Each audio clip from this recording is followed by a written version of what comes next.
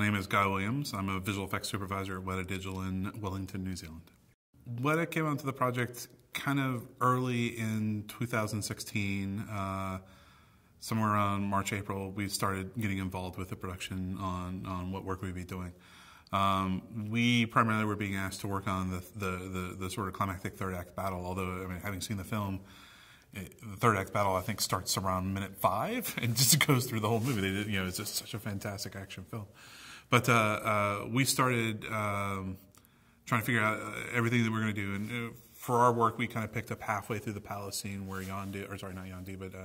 Ego is confronting Peter Quill about his plans to take over the galaxy, and we carry it all the way through to the point where Yondu and Ego lift out into space. There's a few shots here and there that were done by other vendors, but we did the majority of the work inside the planet. We had sort of 2 really major kind of things that we had to overcome on the show. One was the things that happened to Ego during the confrontation.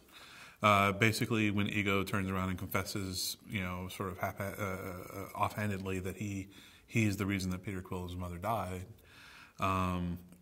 Peter reacts in such a way that we had to sort of, obviously take over the visual effects. He reacts by basically pulling out both his guns and just shooting as many holes as he can into Ego as as time will allow. But Ego, being a creature that's not made of real, flesh and bone, he is, but he's actually the light creature that's inside of it. And truthfully, he's the light creature that lives inside the planet. He just carries on as if nothing happened. So we had to figure out how to do. We had to figure out how to do the effects of him being destroyed and then growing back. And it's challenging in that not only do we have to figure out how to grow him back, but oh, by the way, we also have to figure out how to grow him back via David Hasselhoff in the middle.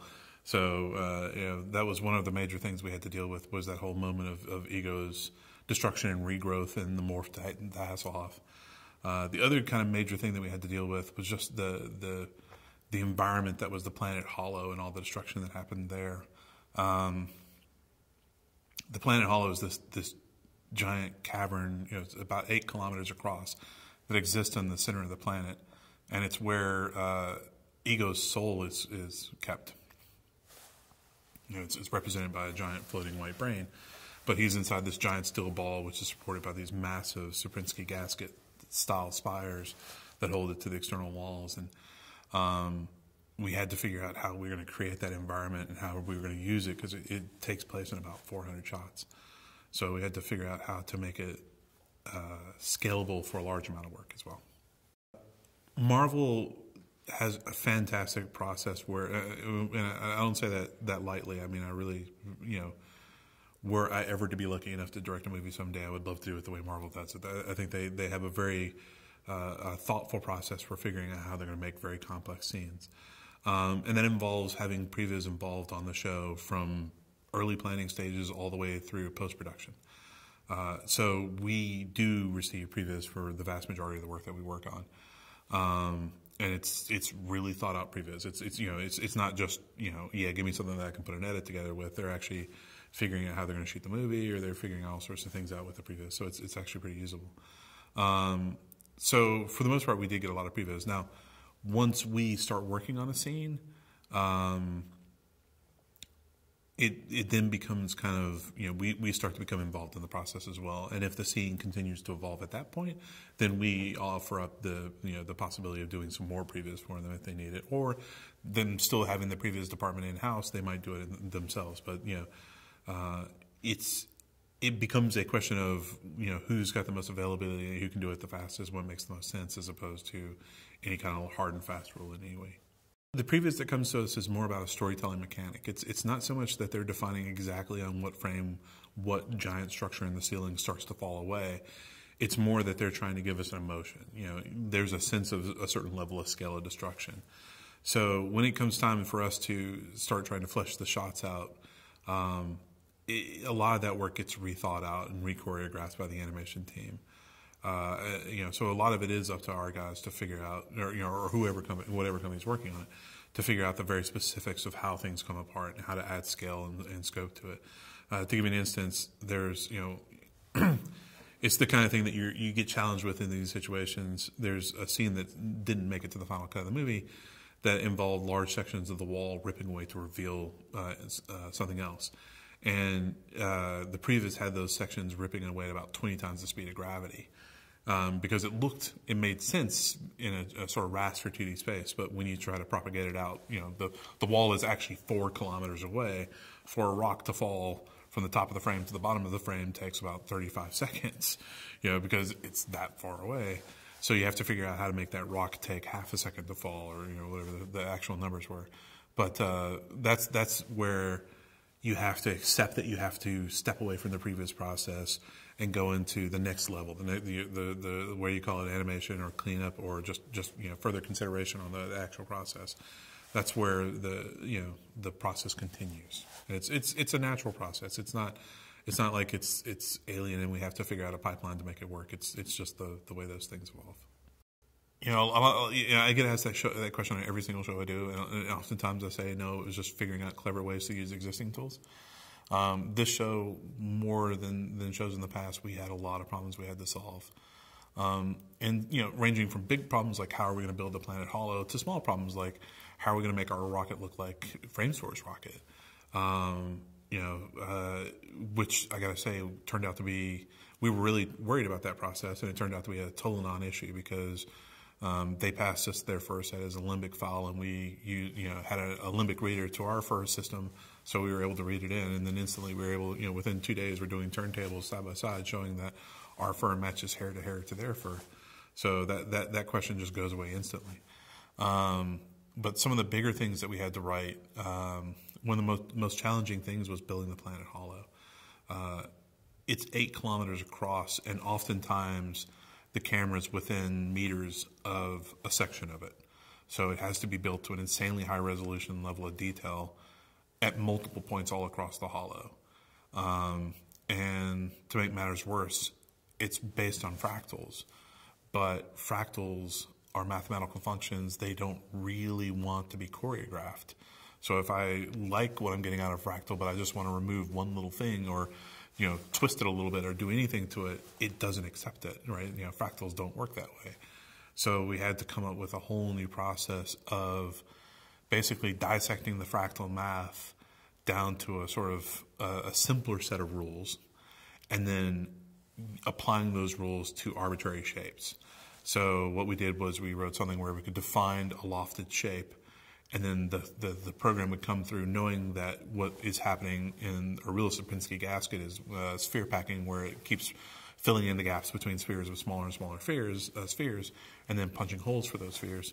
We did the same thing. We used Sierpinski style math to do the proper sphere packing, and then turned around and figured out how to get it renderable, which was also a challenge because you're talking about punching out tens of thousands of spheres out of each one of these spires, and the geometry ends up being insanely heavy. Each film has a different director, and to that end has a different style. But Marvel has this great sort of motif where they bring in really fantastic storytellers and character directors to tell these really big action films. And instead of trying to bring in an action director and support them in making good character, they bring in a character director and support them in making good action through the visual effects supervisor and the previous team and the art department. And I think it's a great balance. It's a good way to use all the tools that they have at hand to end up with an action film that has a unique sense of heart and soul to it. So, since the first film I worked on with them, which was Avengers, I've really appreciated, and you can see it. Some of these movies that they do, and you wonder, how could you even make that into a movie? And then you go and see it, and you're like, oh yeah, that's how. It's like Doctor Strange. I mean, it's all about magic, but I loved it. It's just I wouldn't have wanted to try to make it myself, but geez, they pulled it off. So this is one of my favorite answers to give, and it sounds a little bit cheesy, but it's honest.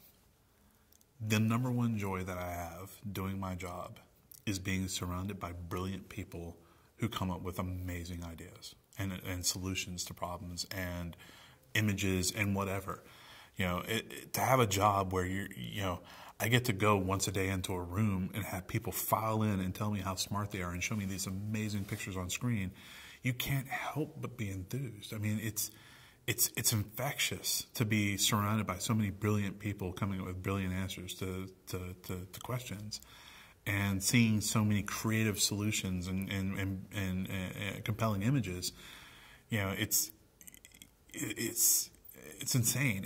Like, you get into a routine. You get to the point where you're just like, bluer, redder, greener, taller, shorter, whatever, and you're just going through the process of doing dailies.